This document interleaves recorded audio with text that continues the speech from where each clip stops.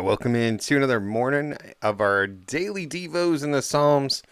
Pastor Rick here, and we are jumping in to the next Psalm, Psalm 48. Zion Exalted is our little header here.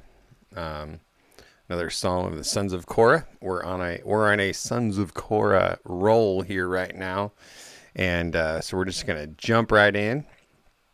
And here we go. The Lord is great and highly praised in the city of our God. And the Lord is great and highly praised, that as he should be. His holy mountain, the city of our God, his holy mountain, rising splendidly is the joy of the whole earth.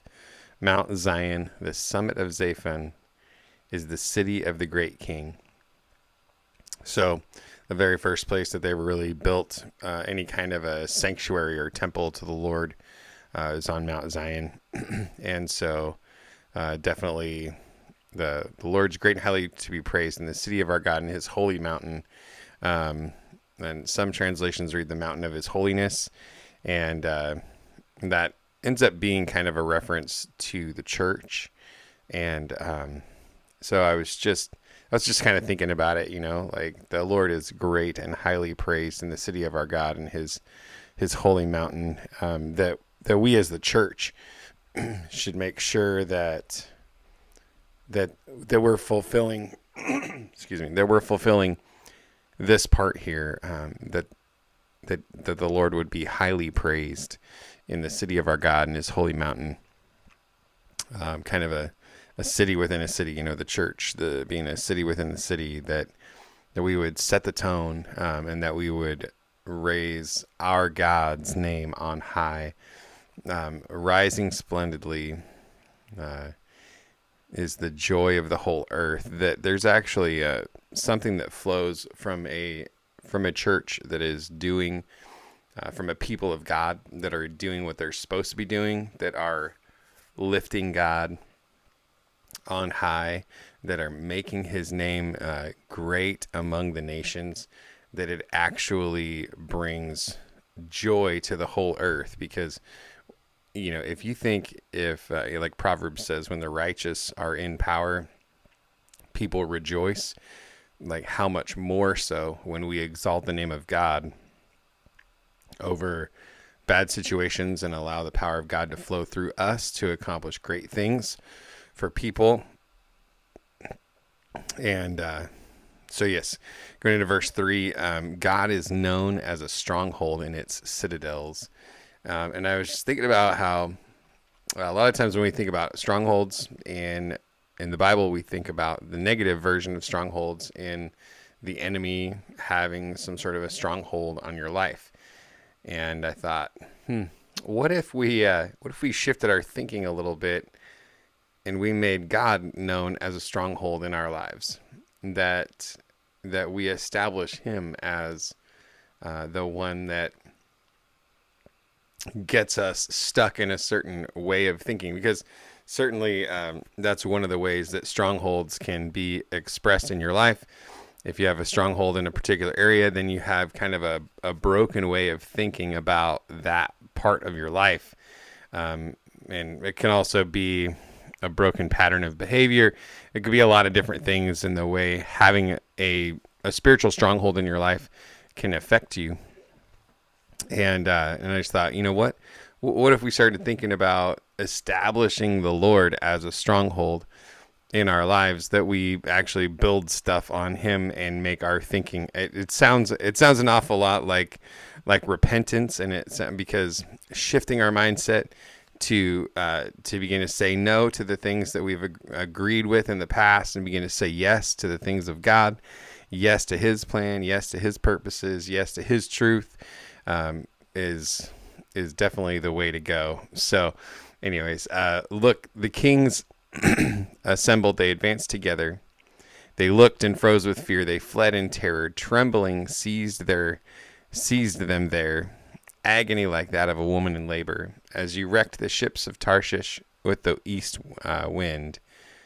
Just as we heard, so we have seen in the city of the Lord of armies, in the city of our God. God will establish it forever. And just imagine your current enemies, your current enemy, whatever thing you're facing, wherever you feel like the enemy has tried to come in and pick you off. Look, the kings assembled, they advanced together, but then they looked and froze with fear and fled in terror. Trembling seized them there, agony like that of a woman in labor. As God comes and wrecks the ships of Tarshish with the east wind, and and a lot of this is just figurative language, but to think about the power of our God. Just as we've heard, so we have seen in the city of the Lord of armies, in the city of our God. God will establish it forever, that he who began a good work in you is going to be faithful to complete it. So there's an establishing of your life that God is going to do. And so there's just this boldness, this confidence, and this thanksgiving that can kind of flow from that. And then I think immediately it flows from that. Verse 9, God, within your temple, we contemplate your faithful love. God, within your temple, we contemplate your faithful love. What a great way to think about another one of our functions as a church family.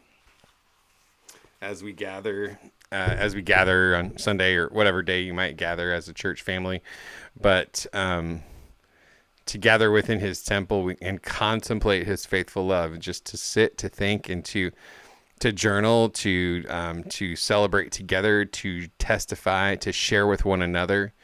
Like your name, God, so your praise reaches to the ends of the earth.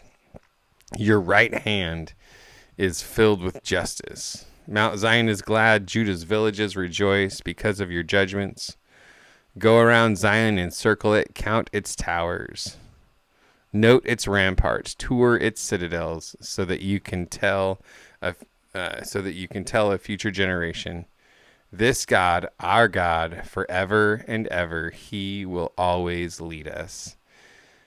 And it's just a miracle that he wants to lead us. It's, we shouldn't even take that for granted, right?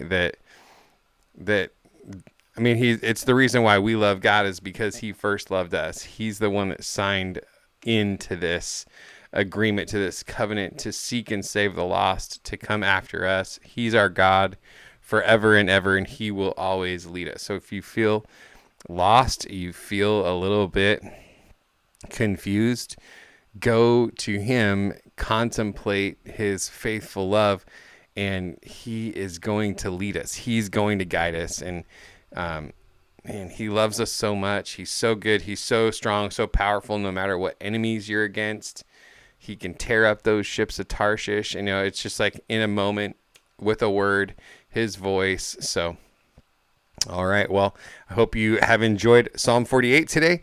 I look forward to catching up with you tomorrow. So God bless you. Have a great day, and I'll see you tomorrow.